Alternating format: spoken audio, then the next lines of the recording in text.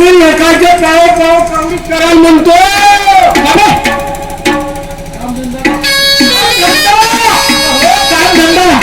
लोकांच्या पावपाव कसं नाही मित्रा.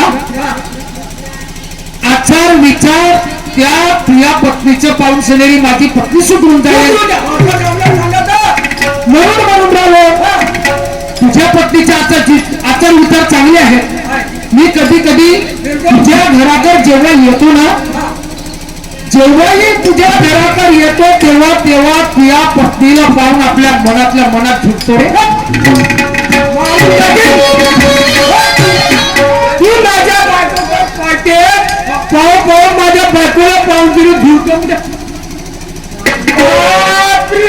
दोस्त मारशील काय नाही असं बोललं तर समजून मी तसा बोललो.